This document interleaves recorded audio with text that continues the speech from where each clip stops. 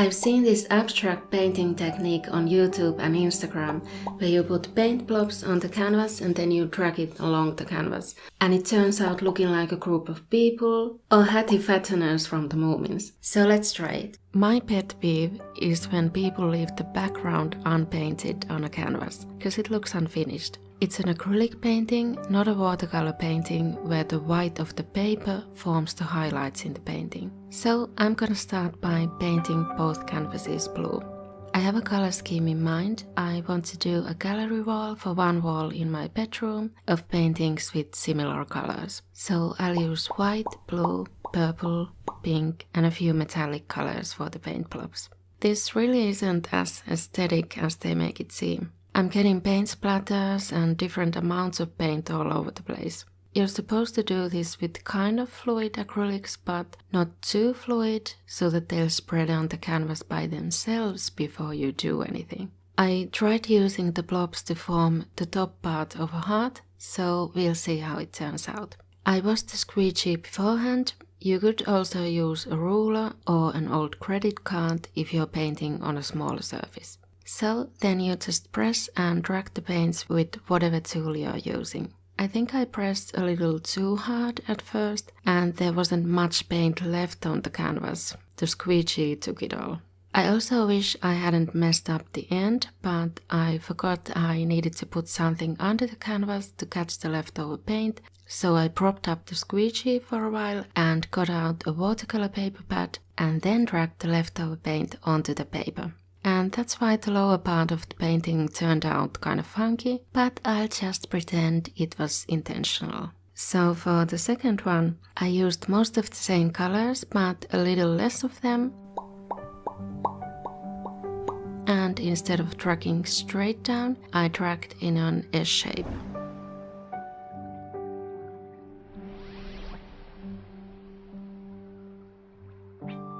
And this time I do have the watercolor paper ready, so I can wipe off the excess paint. I think with this one there's something missing. I didn't use enough blobs, so it looks a little bland, so I painted some curved lines on it afterwards.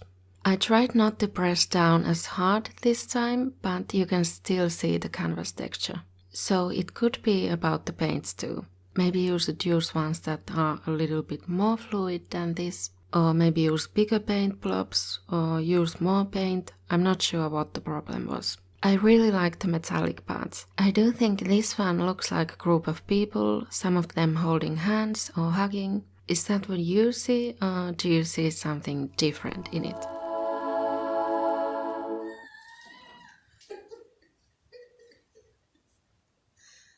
After I tried squeegee painting on a canvas, I thought, what if I try it on a puzzle? I've been wanting to paint over a big old puzzle, and I think it's easiest to start with one of these DIY puzzles from Tiger. I'm also interested to see if squeegee painting will look different without the canvas pattern of my last squeegee paintings, since the puzzle has a smoother surface. But I will lightly sand and gesso it to make sure the paint sticks well. I had a dumb idea, and I thought it would be easier to prime the individual pieces, cause it's a small puzzle and probably easy enough to put together without a picture. For the big puzzle, I obviously have to put the puzzle together first though. You might think this is excessive to sand and gesso this blank puzzle, but I'm also testing out this method to know if I can use it on the bigger puzzle later. I switched to a smaller brush and took off the gloves cause they were just holding me back. By the way, I used to like these IKEA Mola brushes, but now that I've been using them for a few years, I'm definitely noticing that they're starting to break down. This one, for example, already popped off completely. 2 hours later. Okay, big mistake. Do not take the puzzle apart to prime the pieces individually. I thought this would be easy enough to put the blank puzzle back together. It's only 25 pieces, but it was not. I also think the gesso slightly altered the pieces so they don't fit together as well anymore. Although, to be honest, it didn't seem like a perfect fit to begin with. I also lost one of the pieces for a while, so I had to chisel that afterwards. I did some of this off camera because I was getting frustrated. I had to move some pieces around and then just test every piece that looked the same to find the right fit. I tried to compare it to another DIY puzzle I have from Tiger, but the cut was completely different. So that didn't help. I then sketched on the puzzle with a colored pencil. I think I should remove the dried paint from this palette again, but I still have trauma from the comment sections of some of my old palette peeling and scraping videos. I think the figures the squeegee painting makes look kinda like video game characters, so this time I'll try to paint the background accordingly. I was inspired by the old Super Mario games. I tried to make it somewhat symmetric, but not too much. So I put the same elements on both sides, but with slightly different placements or shapes or colors. I can already tell that painting on a bigger puzzle with smaller pieces will be incredibly annoying. This was already annoying enough with the creaks between the pieces. I'm also wondering if the paint will make the pieces stick together when it dries. I'm gonna try to cut between them with a carpet knife to make sure the paint doesn't accidentally peel off when I take the pieces apart. I also figured you can make faces for the characters with strategic paint blob placement. So I'll try to use that. I'm not gonna do the hugging arms or hand holding for this one with a horizontal line of paint. It just doesn't fit this idea, while I do like it when I see paintings like that. With my first tries on canvas, the canvas texture and background color showed through the squeegee painting. I couldn't figure out if it was the types of acrylic paints I used, how much pressure I put on the squeegee, or how much paint I used. But we'll see how it turns out this time. The background painting turned out darker than I planned, so I need some lighter colors for the paint blobs.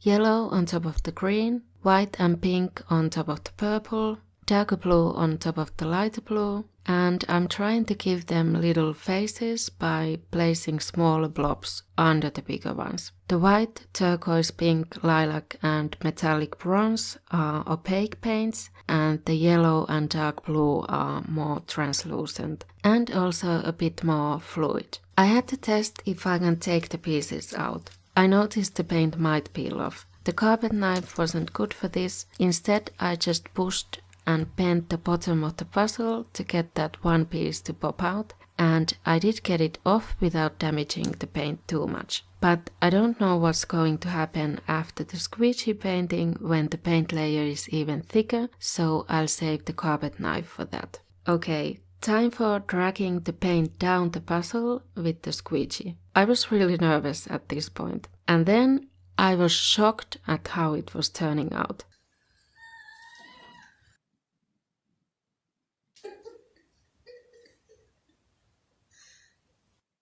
I wiped off the excess paint on a watercolor paper, and I tried to drag the paint for the second time in case I wasn't using enough pressure the first time, and it turned out even worse.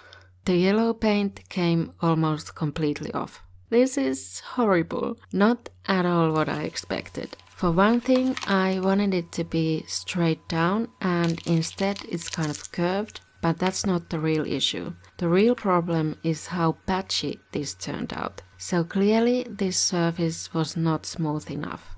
I was kind of in shock for a while, but then I thought I just need to salvage it somehow.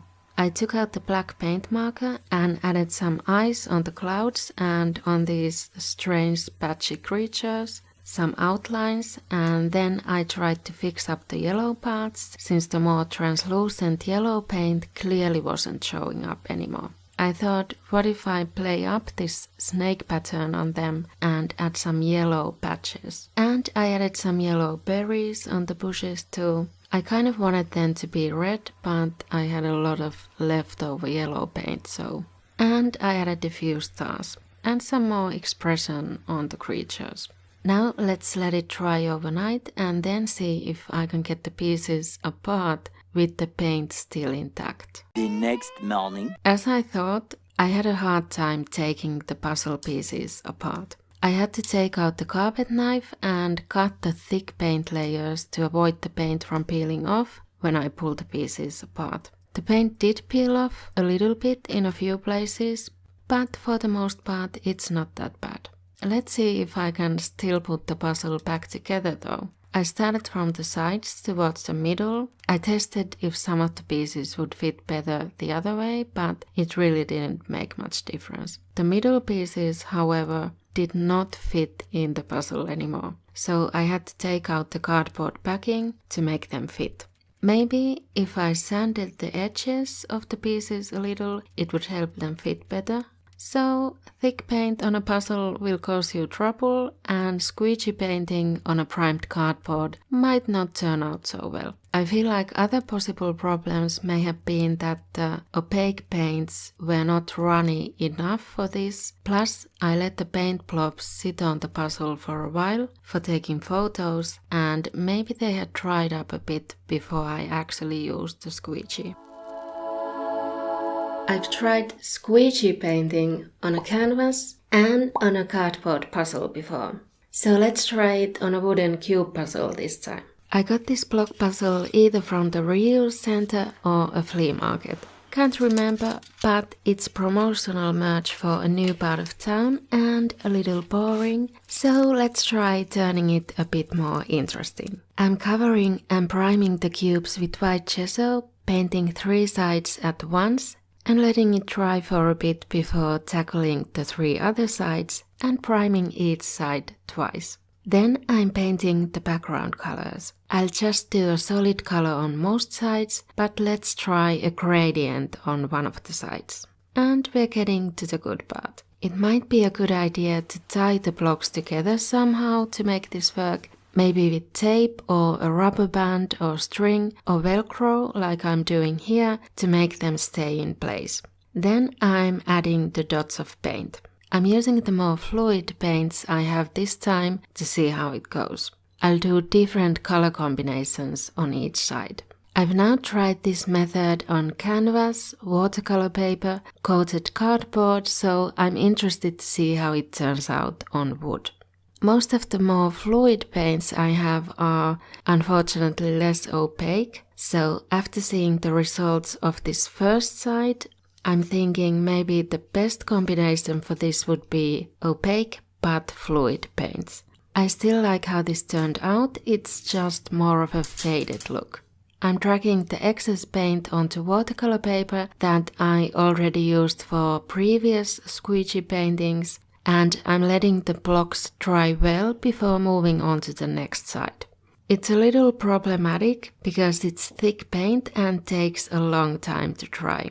And it's interesting, as some people pointed out in the previous videos, that it works better on watercolor paper than canvas. I first thought that's because it's smoother, but the wooden cubes are smooth, but they're also hard, so maybe it's more of a case of how absorbent the surface is. The paper is going to soak up more paint than primed wood or canvas or cardboard. For the second one, I swapped out almost all paints for the opaque ones and was less heavy-handed with the squeegee. I only kept the dark blue since that one worked pretty well. And I much prefer this one. I did have to let it dry for longer since the paint layers are thicker. Also, as a reminder, I do clean off the squeegee with paper and wash it with soap and water after each use to keep it clean so the acrylic paint won't dry on it. The metallics seem to work well, so I'm doing one side with just them and white. I'll link below all the paints I used. I didn't realize the cubes were cut differently. Some pieces have different kinds of edges, but I'm kind of ignoring it in the placement of the blocks. The squeegee isn't exactly even, so it's not touching the wood all the way, and the result turns out a bit uneven, but I don't actually mind how it looks. I did one with blues, white and pink, no metallics, and not completely symmetric this time. I'm probably giving these to my nephew, so I'll varnish them afterwards so the paints hopefully won't rub off when they're used. And this side is yellow, pink, white and copper. I like how the more limited color palettes work. I'm making sure to separate the blocks before letting them dry so they don't stick to each other.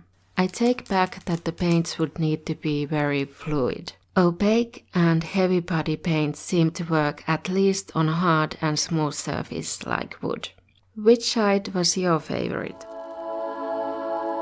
I've tried squeegee painting on a canvas, on a cardboard puzzle and a block puzzle, and now we'll try it on a shoebox. I first primed the shoebox with gesso to prepare it for painting and prevent the cardboard from soaking up too much paint. I mixed in some blue acrylic paints to tint the white gesso, so I could also get the background painted blue at the same time. I couldn't prime the whole thing at once because of the lid. I managed to get some paint splatters on my white desk despite the painting mat, but they came off easily with water while they were still a bit wet. After a couple of hours, I did the second layer with the lid open this time, so I could paint all parts at once. The recommended drying time for the gesso is 24 hours, but I let it dry a lot longer since it took me a while to figure out that I wanted to try squeegee painting on it. So for the squeegee painting, I propped it open with a long brush and then squeezed paint blobs onto the lid. I used a mix of more runny and more solid paints, more opaque and more translucent ones, and my plan was to do the front of the lid, the top of the lid, and the back of the box in the first go. But the blobs on the front started dripping down, so I had to do it fast. I was going to pull them up with the squeegee, then go down the top of the lid, but because of the angle, I could not continue down the back, but instead I had to pull the remainder of the paint up the back. I tried dragging the paint in a curved line, and it turned out to be pretty difficult. The paint coverage was really patchy. I think I had too many different colors, and trying to do multiple sides at once made it too hard. I was going to give this box to my nephew as a memory box or storage box, and I felt like this was a fail so far, and I couldn't give him this. So I tried fixing it by hand since I figured it couldn't get much worse than this. I tried painting outlines with a brush and then adding some paint blobs and dragging them with the end of a ruler. Once that was dry, I moved on to the sides of the box with the lid open. I used more narrowed down color choices this time, but it was still difficult since I had to do 3 sides at once, turning the shoebox for each new side. I ran out of paint and had to add some paint blobs for the second side though.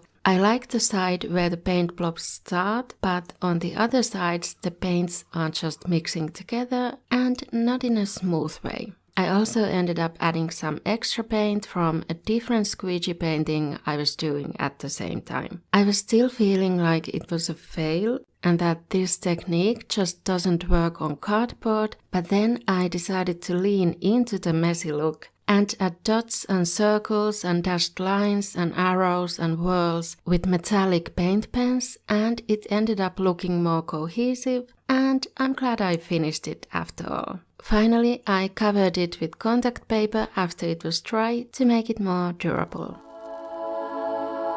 I've done squeegee painting on a canvas, a shoebox, puzzles before, but let's try it on wood this time. I'm trying out a few different types of wood. I have some wood slices I sawed and sanded in the summer and some leftover wood paneling. I'm priming them before painting. You can use clear gesso if you want the wood texture to show through as a background, or white gesso to hide it as I did with this dirty cutting board, if that's what it is. I'm keeping it as a backup in case the others fail completely. I let them dry overnight after 2 layers, and I'm going for a cat design this time. I'm using the more fluid acrylic paints I have, even though that means they usually turn out transparent. It would help if you have one of those squeeze paint bottles, but this seems to work too. Instead of the usual paint blobs, I'm trying to draw the ears and the top of the head and the back with the paint. And I kind of messed up right away. This really lacks precision. And then I'm using the Window Squeegee to pull the paint down and dragging the excess paint on a piece of cardboard. I'm very surprised at this. In my previous experience, these paints were very translucent, like you can see on the cardboard, but they look so opaque on the wood. I assume it's because of the smooth and hard surface and the gesso. This is just the first layer though, so while it dries, let's try a rough wood surface next and see what happens. I'm using the same paints to get a better comparison. Let's give the cat some time to dry before the next layer, but I was not expecting this. I just placed the squeegee softly on the wood and dragged it down, no extra pressure, and this is what came out. Apart from the rough patches in the edges that didn't take the paint, this looks so much more opaque than I expected. The squeegee painting results on different surfaces have definitely been all over the place for me. I did the ears with the other end of a paintbrush because the pink paint is really heavy, and added white paint blobs for the eyes. I definitely dragged them for too long. I didn't think this through. I should have done them separately. But I think I'm getting the hang of this now, so besides the ears and the eyes, I also added noses and tails. Hopefully it makes them look more like cats. And you can use a ruler for the smaller parts. I did have to fix up the eyes and inside the ears a bit, and in hindsight I would paint or draw them with a paintbrush or a paint pen. And only do the head, body and tail by dragging the paint. I didn't even end up needing the third piece of wood. I've tried abstract Window Squeegee painting on different surfaces, but let's try painting a heart for Valentine's Day. So if you've tried paint dragging before, you may have noticed that afterwards you have this excess paint left on the tool you're using. I have an idea of what you could do with it.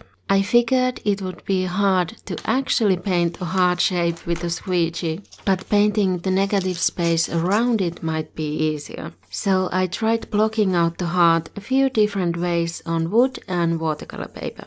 I cut out a heart from scrap paper by folding the paper in half and sketching out one half of the heart and cutting it folded so it would be symmetrical. I came up with 3 different ways to do the masking. The first one was kind of gluing the paper heart on the watercolor paper using matte medium by just painting the matte medium on top of the edges of the heart. Now there were some gaps and I tried adding some matte medium in those gaps too to completely seal it and prevent the paint from getting under the paper heart. But you'll see whether that was a good idea or not.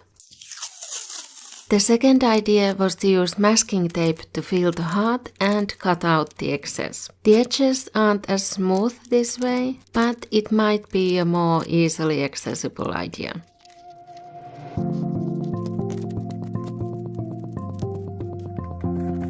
And the third one I did on wood. I primed the wood with transparent gesso first, and once it was dry, I used that heart stencil from earlier to cut out a heart from contact paper. It was a little too big, so I cut it a bit smaller and removed the backing paper, or tried to, at least.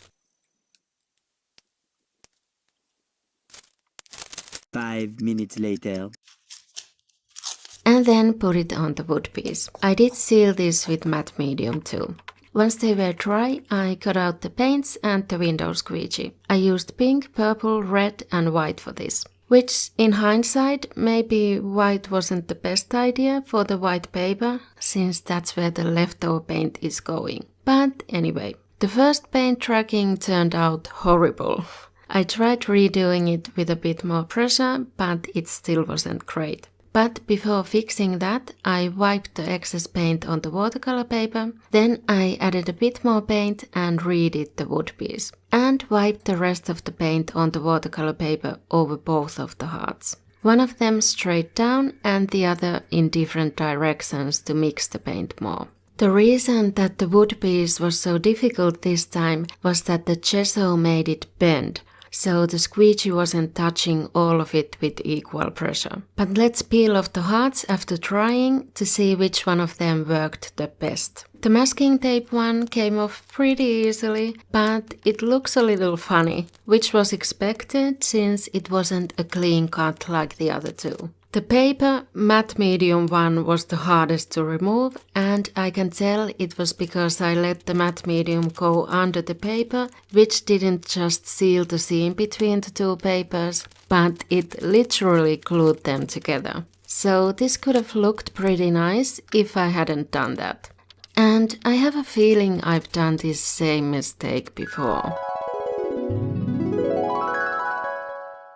I like the blending of the colors though, and I might use this again for making a background for painting. The contact paper on the wood piece came off perfectly. Nice clean edges. So I definitely do this contact paper masking technique again for different types of paintings. Not sure if it's going to come off paper as easily as it did from wood though. But this is one idea you could do with the excess paint you have left on the squeegee after painting. But this technique can take a while to get hang of, so if you're not happy with your painting, here are a few ways you can reuse the canvas for a new one. See them? If it looks like I cut my hand, I didn't.